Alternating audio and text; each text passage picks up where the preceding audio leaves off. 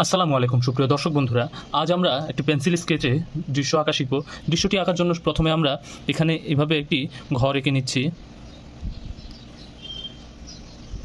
দেখুন দর্শক বন্ধুরা, আমাদের ঘরের চালা এঁকে ফেললাম আমরা। এবার ঘরের দেওয়ালগুলো আঁকছি, ঘরের দরজা এবং জানালা এঁকে দিচ্ছি এখন আমরা। ব্যাস, এই ঘরটি আমাদের হয়ে গেল। এবার আমরা আরও একটি ঘর আঁকবো, ঘরের জানালার শিক এঁকে দিচ্ছি আমরা। এবার দরজার মাঝে একটি দাগ টেনে দিলাম। এবার এখানে আমরা আরও একটি ঘর আঁকবো।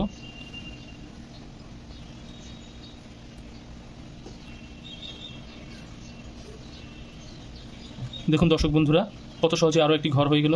আমরা এখানে এবার এই ঘরের জানালাটি এঁকে দিলাম। এবার ঘরের সামনে একটি রাস্তা এঁকে দিচ্ছি। এইভাবে একটি রাস্তা এসে আবার এই দরজার সাথে এসে আরেকটি রাস্তা মিলিত হলো। এবার ঘরের পেছনে একটি গাছ আঁকবো আমরা। ভি এঁকে তারপর এভাবে গোল গোল করে সহজেই গাছ এঁকে ফেলা যায়। আমরা একটি গাছ এঁকে ফেললাম। এবার আমরা স্কেল দিয়ে একটি দিগন্ত রেখা এঁকে দিচ্ছি। দিগন্ত রেখাটি আঁকার পর এখানে আমরা একটি নদী এঁকে দিব। ব্যাস, হয়ে গেল নদীর পাড়। এবার দূরের গাছগুলো আমরা এঁকে দিচ্ছি। দেখুন দর্শক বন্ধুরা, ছোট শিশুদেরকে এইভাবে ড্রয়িং শেখালে ওরা খুব সহজেই ড্রয়িং শিখতে পারবে। আপনারা চেষ্টা করবেন এই ধরনের ভিডিও দেখিয়ে ওদের খাওয়া দাওয়ার সময় কিংবা খেলাধুলার সময় এই ধরনের ভিডিও দেখিয়ে আপনারা ড্রয়িং শেখাতে। ড্রয়িং বিষয়টি খুবই আনন্দের সহকারে শিখতে হয়, নইলে ড্রয়িং ভালো শেখা যায় না। এই জন্য ড্রয়িংটি আপনারা শিশুদেরকে আনন্দের সাথে শেখাবেন। এবার আমরা ঘরের চালাটি একটু স্কেচ করে দিব।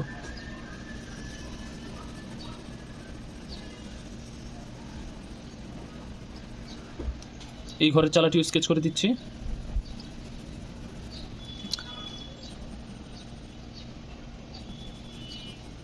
আমাদের এখানে যে একটু ভুল হয়েছে সেই ভুলটি আমরা রাবার দিয়ে মুছে ঠিক করে ফেলব। এই ধরনের ছোটোখাটো ভুল হতেই পারে এবং শিশুদেরও এই ধরনের ছোটোখাটো ভুল হতে পারে, তখন তাদেরকে বুঝিয়ে মুছে সুন্দর করে আবার ড্রয়িং শেখাবেন। আসলে মানুষ মাত্রই ভুল। ব্যাস, হয়ে গেল আমাদের ঘরের চালা স্কেচ। এবার আমরা ঘরের জানালাগুলো স্কেচ করব। ব্যাস, হয়ে গেল ঘরের জানালা স্কেচ। এবার এখানে আমরা ঘরের দরজাটি স্কেচ করে দিচ্ছি।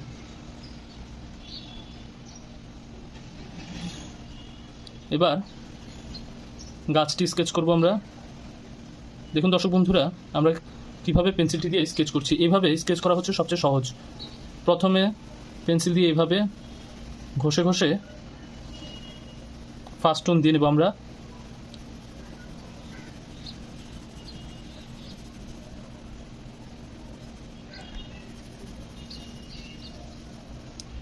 হয়ে গেল ঘর এবং গাছের স্কেচ। এবার আমরা গাছটি একটু গাঢ় করে দিব।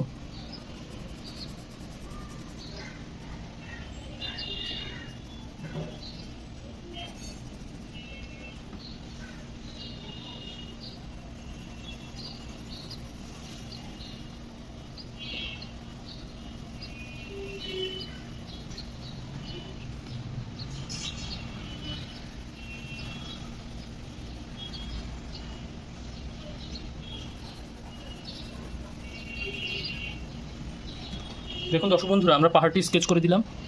খুব সহজে আমাদের দৃশ্যটি আঁকা অলরেডি শেষ।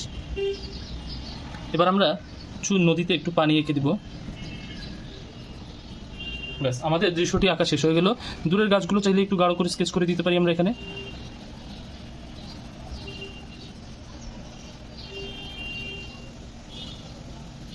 ব্যাস, হয়ে গেল দূরের গাছগুলো স্কেচ করা।